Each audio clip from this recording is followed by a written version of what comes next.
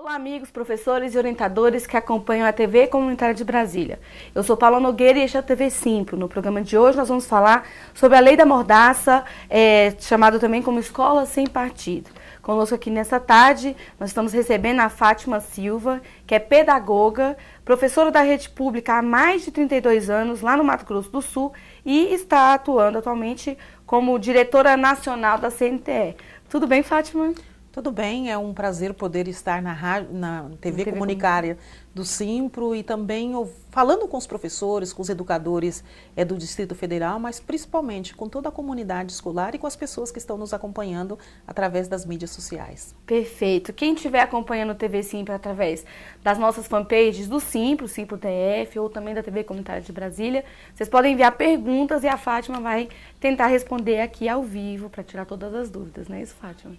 Com certeza. Bom, vamos lá. Para começar, esse é um tema muito polêmico e complicado debater, porque interfere diretamente na educação dessas crianças e nossos jovens, aqui no Distrito Federal e também no nível nacional. Então, por isso que a Fátima foi convidada para falar dessa temática aqui.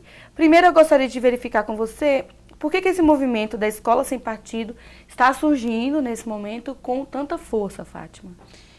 Esse movimento, na verdade, ele começou em 2004. Ele perdeu, de fato, a sua intensidade em função... Foi um advogado em São Paulo, enfim, que começou com esse tipo de movimento, né? Sim. E ganhou força em 2014. Por que ganhou força em 2014? Em função do revés e da viravolta que o país começou a ter desde o ano de 2013, quando as ruas foram tomadas por confusas e com uma pauta bastante regressiva. E ganha também em 2014 porque o propositor dessa lei se encontra com a família do Bolsonaro. E daí o primeiro projeto se dá no Rio, quando o filho do Bolsonaro entra com esse projeto na Assembleia Legislativa. Depois, um outro filho do Bolsonaro entra também com esse mesmo projeto na Câmara Municipal do Rio e depois ele vem para o Congresso Nacional e se espalha Brasil afora. Isso se dá por essa onda conservadora que se instalou no Brasil e por essa onda conservadora de retrocesso nas liberdades democráticas, tanto coletiva quanto individual. Então é um bojo de ações de retrocesso no nosso país que surge essas barbaridades que contradiz tudo que é colocado enquanto direito humano, enquanto direito coletivo e individual. Perfeito. Bom, nós vamos falar sobre uma atividade que vai ter amanhã, que é muito importante, mas antes disso vamos esmiuçar um pouco mais esse tema, né? Qual que é a ameaça que essa lei oferece diretamente para a educação? Ela já foi considerada com a liminar do ministro Barroso inconstitucional. Então já vamos partir disso. Ela é inconstitucional porque ela fere o artigo 205 e 206 da Constituição nossa, que prevê a questão da liberdade de aprendizagem, de uma educação para o todo, de responsabilidade do Estado, enfim, que coloca os princípios e os preceitos educacionais. E ela também fere toda a legislação educacional que tem hoje no país, principalmente a Lei de Diretrizes e Bases da Educação. O que ela interfere? Ela interfere em todo o processo educacional dentro de cada unidade escolar. E principalmente quando eles falam e eles colocam, eles pensam mais só nas escolas da rede pública, mas vai desde a educação infantil até o ensino médio, né? Ou seja, passa por toda a educação básica, a propositura absurda deste projeto de lei que amanhã vai ser votado na comissão no Congresso Nacional. Perfeito. Bom, por que a lei da mordaça atinge a liberdade de cátedra e de ensinar dos educadores brasileiros, né, a nível nacional? Porque a gente sabe que tem uma situação aqui no Distrito Federal, mas a realidade no nosso país, né? Não, como a lei não é só para o Distrito Federal, conforme você mesmo está frisando, né? Sim. Ela é uma lei para todo o território nacional, com um agravante de que hoje nós já temos determinados municípios que tentaram aprovar essa lei, como também temos estados em que está tramitando esse projeto Sim. de lei, né? Então, ela está tramitando em diversas esferas, ou seja, tanto em municípios quanto estados e aqui no Congresso Nacional. Por que ela fere a liberdade de cátedra? Porque ela tira conteúdos e tira preceitos fundamentais da educação. A educação, no seu conjunto, é para socializar, é para criar novos saberes, mudança de comportamento e também para dominar as ciências, ou seja, o ambiente escolar e o ambiente de liberdade de cátedra para o professor dentro das unidades escolares e também dos demais trabalhadores em educação é considerado sagrado. Nem a ditadura militar no Brasil tentou pôr uma mordaça no sentido do ensino-aprendizagem nos educadores nas unidades escolares. Então, ou seja, o que eles propõem é pior do que a gente viveu nos anos de 64, porque na lei, além de é tão absurdo, que prevê que tem que pôr um cartaz em todas as escolas para dizer quais as obrigações dos professores. E caso os professores não cumpram, ou que ele esteja saindo desta regra, deste modelito, então ele tem que ser denunciado, ele tem que ser punido. Ou seja, aquilo que é para a escola criar de ambiente de solidariedade, de confraternização, de aprendizagem, de respeito mútuo e também de aquisição de novos valores, eles tentam impedir, que vai também na medida dos conteúdos também. Perfeito. E tem a questão que, assim, esse tipo de lei, ela permite que o professor sofra perseguição direta dentro das escolas com a questão de delação, não era isso que a gente estava conversando, inclusive, antes de começar o programa? Ela não só permite, ela incentiva. Ela incentiva porque ela coloca o professor como um sujeito suspeito. Ou seja, os educadores hoje, nós temos, nas pesquisas colocadas pela sociedade, os educadores é ainda aquele que tem credibilidade na sociedade, né? Embora a gente tenha conflitos de questões de tratamento, de violência, de desrespeito dentro da escola, tem algumas exceções a uma regra, mas os professores até então são profissionais que têm um certo prestígio na sociedade, que há um reconhecimento que não são bem remunerados e que prestam um serviço essencial para a nossa população, que é o processo de ensino e aprendizagem. Com isso, coloca o professor numa contraparte, como uma pessoa suspeita nesse processo, né? E também incentiva dentro das unidades escolares, incentiva fora e tira bastante da profissão do professor, que é o processo de ensinagem, de ensino-aprendizagem, de convivências também, né? Que limita, né, o processo de construção do conhecimento. Certo. Por exemplo, eles não querem que discute as questões de relações de gênero dentro das unidades escolares. Como é que eu vou construir um novo homem do amanhã e uma nova mulher no sentido que a gente tem que criar o respeito mútuo? Como é que nós vamos modificar essa relação de violência e de feminicídio do sexo masculino em relação ao sexo feminino? Se não é construindo iguais, se não é dentro da escola, mostrando que as nossas crianças têm que respeitar as meninas e os meninos também respeitar as meninas, que não ou seja, esse dia a dia, enquanto é criança, que vai se tornar um homem, um jovem, um adulto, que vai respeitar as relações. Porque a escola, até me corrija se eu estiver errada, ela replica a sociedade, né? Numa miniatura, para o indivíduo aprender a conviver e construir ali até a maneira de se relacionar com o mundo, né? Certamente, esse é o papel da educação, né? E dentro da escola, os professores, os educadores, têm que apresentar todas as matizes ideológicas. O jovem tem que formar e se orientar por aquilo que ele quer seguir. Nós temos que discutir dentro das unidades escolares as relações de gêneros, as relações afetivas. Nós temos que construir também a questão de um corpo humano, de ensinar ciências físicas e biológicas ligadas com a vida, ligado com o indivíduo. Sim. E ligado também com as liberdades coletivas. E isso tudo é uma ameaça dentro desse projeto. É a liberdade de cátedra, mas também é a tentativa de adentrar dentro dos conteúdos que até então nós trabalhamos nas nossas escolas, com os nossos estudantes e com toda a comunidade escolar. E como que, na sua avaliação, a categoria pode se preparar, né, e se mobilizar para evitar a aprovação dessa lei? Primeiro é participando pelas chamadas que os sindicatos fazem. Se tiver uma lei aqui no DF e o Simpro chamar, os sindicatos da educação chamar, toda a sociedade, os estudantes também, é muito importante estar envolvido nesse processo todo, é tentar barrar esse tipo de leis, por exemplo, aqui no caso, no GDF, né, na Câmara Distrital, mas também no Brasil todo, através das câmaras municipais e das assembleias legislativas estadual. E no nosso caso, no dia de amanhã, participando dessa primeira votação, que ainda não é uma votação em plenário que vai ter no Congresso, mas é uma votação que está previsto para o dia de amanhã na parte da tarde, ou seja, participar também desse processo lá, que vai ser votado na comissão, mas enviar e-mail e mensagem aos deputados, né, dizendo, olha, essa lei, ela, além de ser anticonstitucional, ela não colabora com uma educação que nós necessitamos para os dias atuais e para as futuras gerações. Não, e como que é possível passar uma lei que contraria diretamente a Constituição e as leis da educação, né? E não seria possível se nós estivéssemos num estado de racionalidade. E também por que eles colocam justo nas vésperas que nós estamos num processo eleitoral, que no próximo nós estamos prestes a registrar as candidaturas a presidente da República, ao Senado, que vai ser renovado, às câmaras estaduais, às câmaras legislativas estadual e também o Congresso Nacional. É porque isso faz parte da agenda de retrocesso que o candidato Bolsonaro defende. Isso está bem na agenda do dia a dia do processo eleitoral defendido pelo candidato Jair Bolsonaro. Tanto que o filho dele é um dos membros ativos dessa comissão. Então, por que agora e por que tão rápido se está num processo de discussão? Porque faz parte da agenda conservadora colocada no processo de disputa presidencial do ano de 2018. E o objetivo deles é desmontar, fazer o desmonte da educação, né? Dos objetivos de campanha.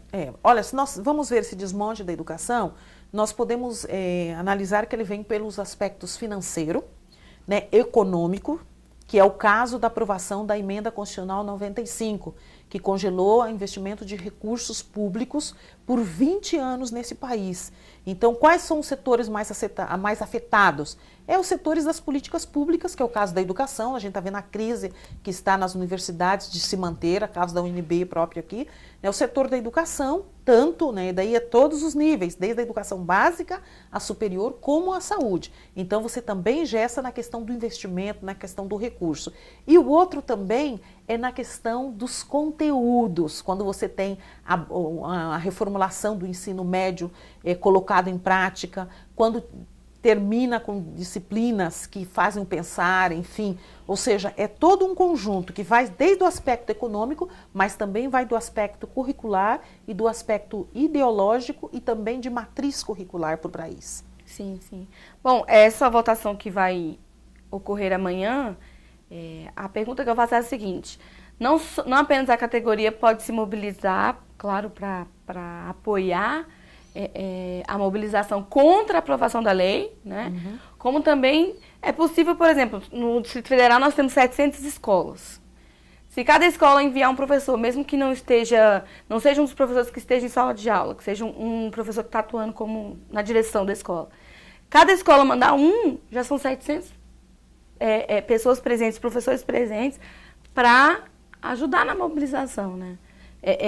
Como que seria esse processo? Como que os professores, além do que você já disse até agora, podem somar forças nas ações, seja do sindicato, da própria CNTE, para impedir que essa lei seja aprovada? Olha, essa comissão ela já está trabalhando já faz algum tempo.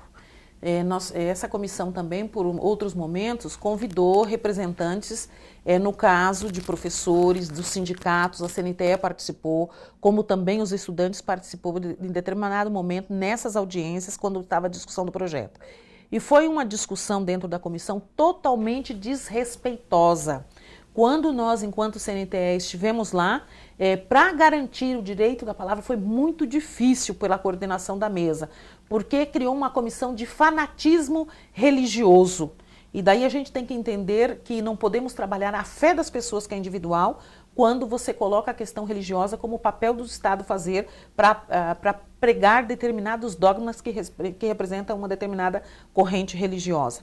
Quando foi a representante dos estudantes... Nesse caso nem seria um dogma, seria, por exemplo, a posição política do partido ou daquele grupo, né? Sim, sim, bem colocado, Paulo, bem colocado, né? Quando esteve lá na comissão a representante dos estudantes, foi mais desrespeitoso ainda o processo de discussão na comissão. Então, por dia de amanhã está prevista a votação. É importante que nós acompanhamos, que nós estejamos presentes, né? Nós já prevemos o resultado. O resultado é de que eles devem aprovar na comissão porque tem a maioria conservadora e a maioria dessa comissão está formada por representantes da bancada evangélica. E com respeito a todas as religiões. A gente respeita todas as religiões. No Estado democrático de direito, todas as religiões têm que estar livres e abertas para os credos, enfim, para as pessoas poderem participar. Agora, o que a gente repudia é querer fazer leis que atenda a um determinado grupo religioso. Isto não é papel do Estado. O papel do Estado é um papel de laicidade e da educação também. A educação ela tem que ser laica, de boa qualidade, socialmente referenciada, que tem uma diferença, e ofertada para todos os cidadãos brasileiros e garantida pelo Estado. Sim, sim. Tem uma questão aqui que esse PL número 7.180, ele é de 2014, né? E que eu acho interessante que a gente falasse um pouquinho, quais são as reais possibilidades dele ser aprovado. Porque é claro que todo mundo vai se mobilizar para evitar, mas há uma vertente que está lutando para aprovar, não é, esse projeto de lei? Sim, tem todo um trâmite de como se aprova as leis no Congresso. Primeiro foi formada uma comissão especial, essa comissão fez as audiências, enfim, debateu, e amanhã essa comissão vota. E depois que ela vai para a votação maior, né? Amanhã na comissão, tudo indica que ela vai ser aprovada porque a própria composição da comissão mostra que tem a maioria dentro favorável. Quando ela tramitar e vir para o Congresso, daí vota todos os 513 parlamentares. Então é importante a gente acompanhar todo esse processo, nós, o Simpro, né, os sindicatos daqui também, a CNTE, a CUT, nós temos acompanhado as tramitações, participado das audiências e tudo. Agora o processo também vai dar-se em cima dos 513 deputados. Como é que a gente não deixa aprovar uma lei quanto essa? Fazendo todas as medidas. No jurídico, nós, enquanto CNTE, já entramos com essa DIN no STF a respeito de Alagoas, porque Alagoas aprovou essa lei, a Assembleia Legislativa de Alagoas aprovou. Nós entramos... Foi essa ou foi uma lei similar, no caso? Com o mesmo conteúdo. Entendi. Com o mesmo conteúdo, né? Escola sem partido, né? Que nós colocamos lei da mordaça, porque é uma mordaça mesmo nos educadores. Que é colocada nos educadores. Isso. Então foi aprovado em Alagoas, nós entramos com a representação no STF, né? O ministro Barroso já deu uma liminar dizendo que é inconstitucional, então está suspensa e é evidente que vai para o julgamento do mérito. Né? E outras ações também. Então, ou seja, nós estamos fazendo uma mobilização contrária, acompanhando as audiências, argumentando, mostrando também a inconstitucionalidade, dando todo o apoio jurídico e o suporte aonde tem acontecido no Brasil. Então, o que está valendo é a mobilização que tem impedido a aprovação em diversos municípios. Sim. Bom, digamos, vamos fazer um estudo de caso, por assim dizer. Se um professor está dando aula, um professor está dando aula e é denunciado dentro da aplicação dessa lei, caso seja aprovada e tudo mais. É possível, por exemplo, que no futuro ele pode ser até exonerado por conta disso? A lei, ela trata inclusive de punições? A lei só trata de punições. A lei só trata de punições para os educadores, de um conjunto de regras que tem que seguir. Também coloca, né, a comunidade escolar, os alunos, os estudantes, enfim, os pais e todos que participam, ao invés de ser o formulador do processo pedagógico, do processo educativo, eles passam a ser o fiscalizador e o denunciador do processo educativo. E aí é evidente que tem as punições no sentido de que se afaste esse educador. Né? Então é um conjunto de ações punitivas nesse sentido. Claro. Qual que é a orientação da CNTE, então, para as próximas ações, a nível, seja regional ou nacional? Nós sabemos que amanhã tem essa votação, né? Então todos devem participar, mas quais são as orientações da CNTE no sentido geral dos próximos passos?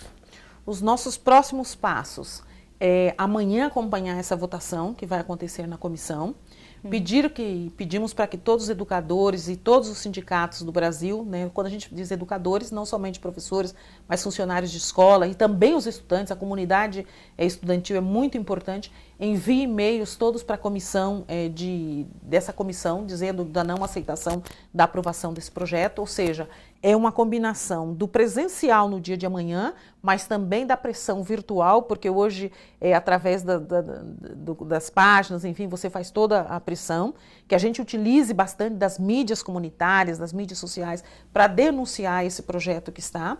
Também a orientação nossa para que todos os nossos sindicatos e toda a comunidade escolar esteja atento aos projetos nas câmaras municipais. Nós temos mais de 5.000 municípios hoje no país, que eles estejam atentos no sentido de acompanhar, e também nas assembleias legislativas.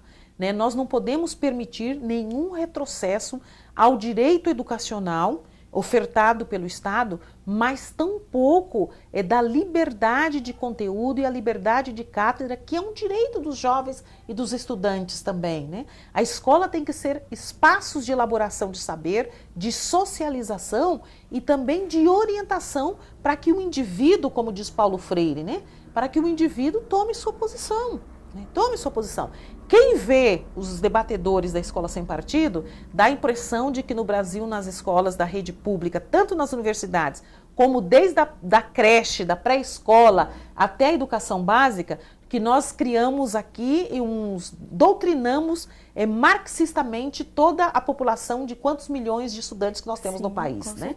E que não é verdade isso. Nós sabemos que a realidade não é verdade isso. E nós sabemos muito bem qual é o nosso papel de educador. É de orientar, de apresentar os problemas, de fazer o debate das questões sociais. A escola é um reflexo daquilo que tem na sociedade. Então, dentro das unidades escolares, nós temos que debater as questões de feminicídio, as questões de respeito entre meninos e meninas. Todas as questões sociais e culturais que estão em pauta, também. Né? Nós temos que debater a questão das desigualdades sociais. Nós temos que debater por que os nossos jovens não encontram emprego, por que vão para o mercado de trabalho e que estão preparados para o mercado de trabalho, quando chegam lá não entram. Ou seja, as questões da vida são as questões do processo educacional. E nós não podemos ver uma lei ou um grupo de pessoas querendo modificar o papel da escola e o papel do Estado na educação. Com certeza. Nós temos uma participação aqui muito interessante, que é do Edson Moraes Nascimento, aqui na fanpage. Eu vou, inclusive, ler na íntegra, porque tem muitos pontos interessantes a serem debatidos. Ele fala aqui que, na verdade, ele tem uma dúvida. Se o direito de manifestar a ideologia político-partidária é somente do professor em sala de aula, ou se o aluno também pode se manifestar.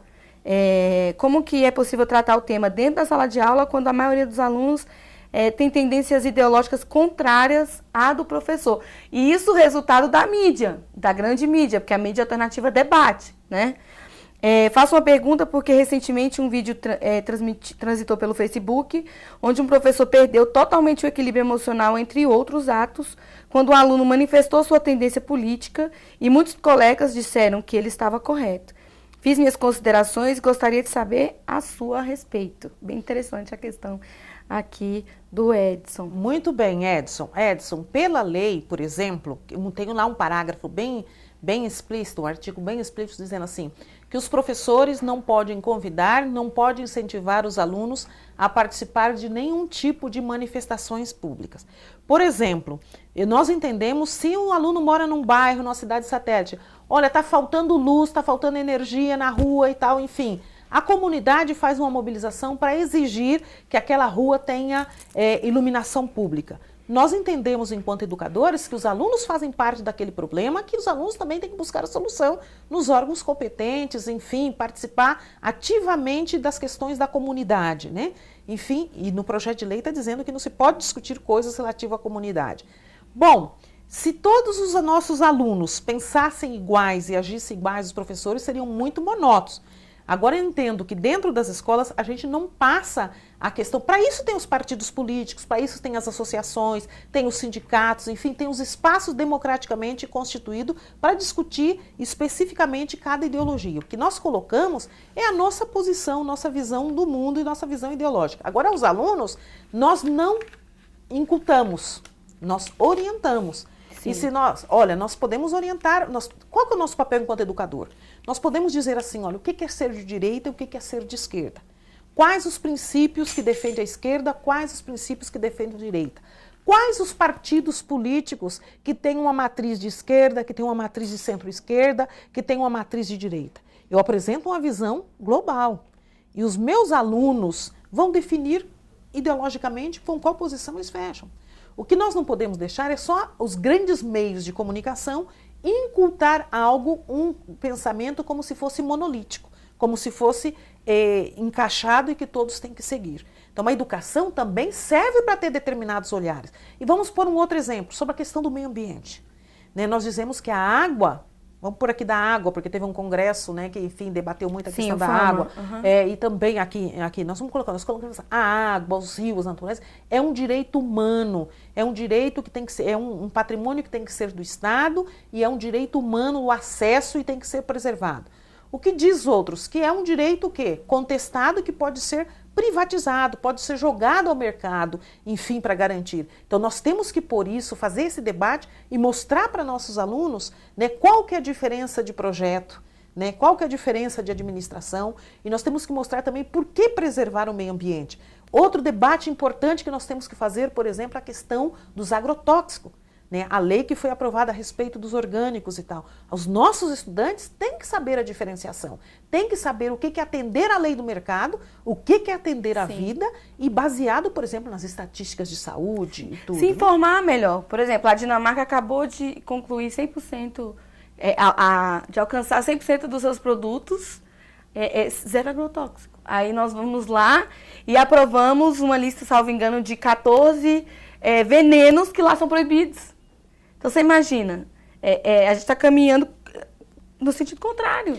Isso não é doutrinar, isso é educar, né? É evidente, porque eu estou colocando diversos temas, né?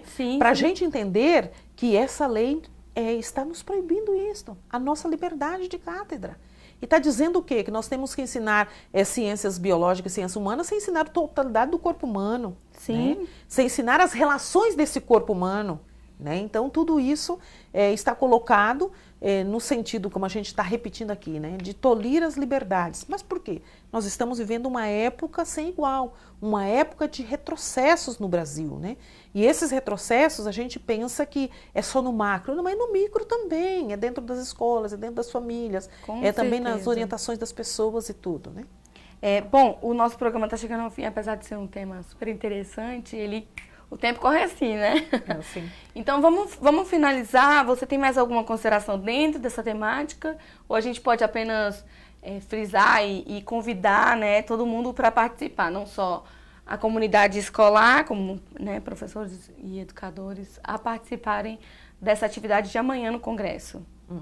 Bom, eu creio que a participação nossa é fundamental em todos os rumos e o destino do país. Sim. E nós, como educadores, sempre tivemos a participação efetiva em todos os movimentos e em todos os momentos históricos desse país. E eu vejo que agora é um momento da gente segurar as nossas liberdades, de mostrar e ter um lado, então é importante a nossa participação. E também vejo assim que todos os ensinamentos de Paulo Freire estão muito presentes, né? Que a educação... Ele sempre atual, né? Sempre muito atual, né? Quando ele disse assim, olha, a educação, né? A escola não transforma, a educação ensina as pessoas, transforma as pessoas e as pessoas que transformam o mundo. Então, ou seja, esses nossos estudantes e nós estamos num processo de formação, estamos num processo de disputa e esse processo é também para transformar o mundo, para fazer um mundo melhor. E com certeza, com lei da mordaça, com escola sem partido, não é esse mundo melhor que nós queremos. Perfeito. Então, só para lembrar, atividade amanhã, o horário e o local. No período da tarde, está previsto na comissão às 14 horas no Congresso Nacional. Perfeito. Bom, esse foi o TV Simpro. Nós agradecemos todas as participações aí na fanpage. Quem só assistiu, mas também, não só quem só assistiu, mas também quem contribuiu com seus posicionamentos, incentivando aí na fanpage da TV e do Sindicato dos Professores. Eu gostaria de agradecer a sua presença aqui, Fátima. Você quer se despedir do nosso público? Muito obrigada, Paula. Muito obrigada a vocês que nos acompanharam. Obrigada, Simpro. E os meios de comunicação alternativo é a única forma de fazer o contraponto com as grandes mídias impostas hoje no Brasil. Perfeito. Bom, eu sou Paula Nogueira, este foi o TV Simpro. Eu convido a todos vocês que continuem acompanhando a programação da TV Comunitária aqui de Brasília. Você pode fazer isso através das nossas redes sociais, o nosso site e o canal 12 da NET. Eu também informo que você pode rever o TV Simpro na nossa programação e também no site do Sindicato dos Professores do Distrito Federal. Eu agradeço a todos vocês que acompanharam, convido para nos assistirem na próxima terça-feira às 17 horas. Muito obrigada e até logo.